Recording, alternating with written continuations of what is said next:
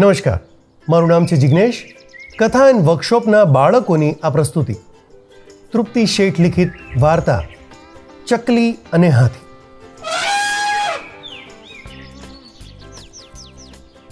એક જંગલ હતું જેમાં બહુ બધા પ્રાણીઓ અને પક્ષીઓ રહેતા હતા. એમાં એક ચીનચીન ચકલી રહેતી હતી. ચીનચીન ચકલી જંગલના બધા પ્રાણીઓ અને પક્ષીઓની ખૂબ સારી મિત્ર હતી. એને જંગલના બધા પ્રાણીઓ અને પક્ષીઓ ઓળખતા. ચીનચીન ચકલીનો ખાસ ભાઈબંધ અમી હાથી હતો. જંગલમાં હાથી મોટા નાના લાકડા ઉપાડી જંગલ સાફ કરવામાં મદદ કરતો. કોઈ બીમાર પડે તો તેને પોતાની પીઠ પર બેસાડી દવાખાને લઈ જતો. ઘણીવાર ચીનચીન ચકલીને અમી હાથી એના કાન પર બેસાડી આખા જંગલમાં ફેરવતો અને એના મિત્રોને મળવા લઈ જતો. બહુ દિવસથી ચીનચીન ચકલીને મળવા હાથી આવ્યો ન હતો. આથી એને ચિંતા થઈ કે હાથીની તબિયત ખરાબ તો નથી થઈ ગઈ ને. ચીનચીન ચકલીએ અમી હાથીને ફોન કર્યો પણ કોઈ જવાબ નહીં. એ તો ચિંતામાં ડૂબી ગઈ ને ફટફટ અમી હાથીને મળવા દોડી ગઈ. ચકલી તો હાથીને જોઈને આઘાત પામી ગઈ. અમી હાથી ઊભો ડુસકા લઈને રડી રહ્યો હતો. ચીનચીન ચકલી કે, અરે હાથીભાઈ, શું થયું?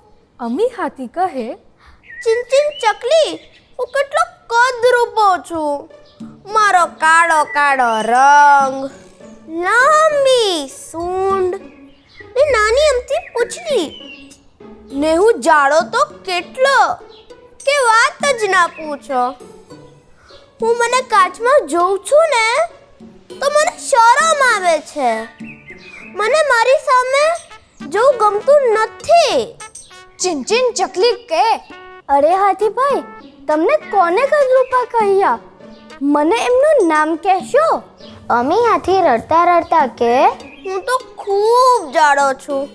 પેલું હરણ જો, કેટલું પાતળું અને સુંદર લાગે છે.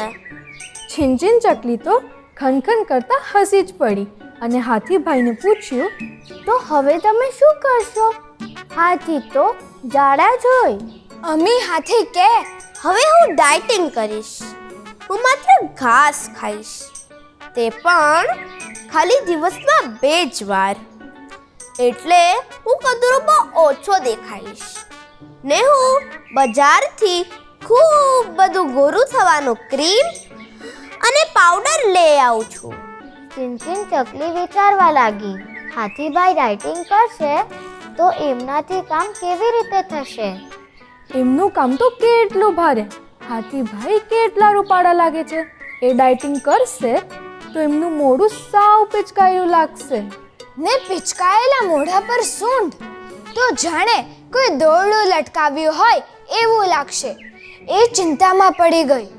જંગલમાં પાતળા થવાની અને ગોરા દેખાવાની ઘેલચા બધા પ્રાણીઓમાં ઊભી થઈ ગઈ. જેને તેને મોઢે પાતળું થવાની અને ગોરા બનવાની જ વાત. એણે નક્કી કર્યું આ ડાયટિંગનું અને રૂપનું ભૂત કાઢવું જ પડશે. એ પાકો ખંખેરી હાથીભાઈ પાસે જઈને બેસી ગઈ અને પ્રેમથી બોલી, તમે તો કેટલા રૂપાળા છો. જો, તમારા પગ જેવા મજબૂત પગ કોઈના છે? ના. ચીનચીન ચકલીએ ફરી પૂછ્યું, હાથીભાઈ, તમારી જેમ કોઈ સૂંઢથી પાણી પી શકે અને સૂંઢથી કોઈને ઉચકી શકે? તમે વિચારો, બધાનો રંગ શ્વેત હોત તો કાગડા અને મોર સુંદર લાગત. કોયલ કાળી છે પણ કેટલું મીઠું ગાય છે. કાગડો કાળો છે પણ જરાય કદરૂપો લાગે છે. એ તો પાછો પક્ષીઓમાં સૌથી હોશિયાર. ઊંટના હોઠ અને પીઠ જોઈ છે? એના હોઠ કેટલા જાડા છે, પણ ઊંટ રણમાં કામ કરી શકે તેવું કામ કોઈ પ્રાણી ના કરી શકે. હાથીભાઈ વિચારમાં પડી ગયા અને ધીમેથી કે, હા, ચીનચીન ચકલી, તારી વાત સાચી છે. મારા જેવી સૂંઢ એકેય પશુને નથી. જો ને હું તારા કરતાં કેટલી નાની છું. તારા કાન પર બેસું ને તોય તારો કાન મોટો લાગે છે. તું તો કેટલું બધું કામ કરે છે.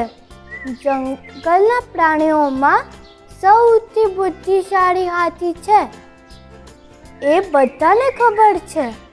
તમે દાપટના ભંડાર છો એટલે તો તમે જંગલના હાથી દાદા. પૂર આવે તો કેવા બધાને તમારી પીઠ પર બેસાડીને બચાવો છો. મારાથી કોઈને પીઠ પર બેસાડી શકાય?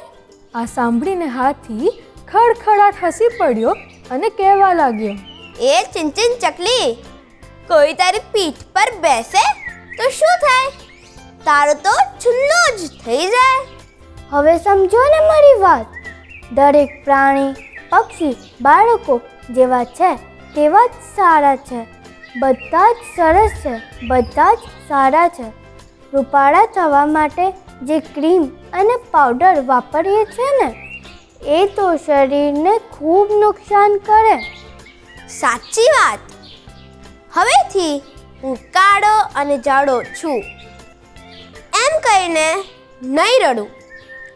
આજે તે મને બહુ મદદ કરી છે. દોસ્તો તો આવા હોવા જોઈએ. ચાલ જંગલની કેન્ટીનમાંથી તને જલેબી અને ફાફડા ખવડાવું.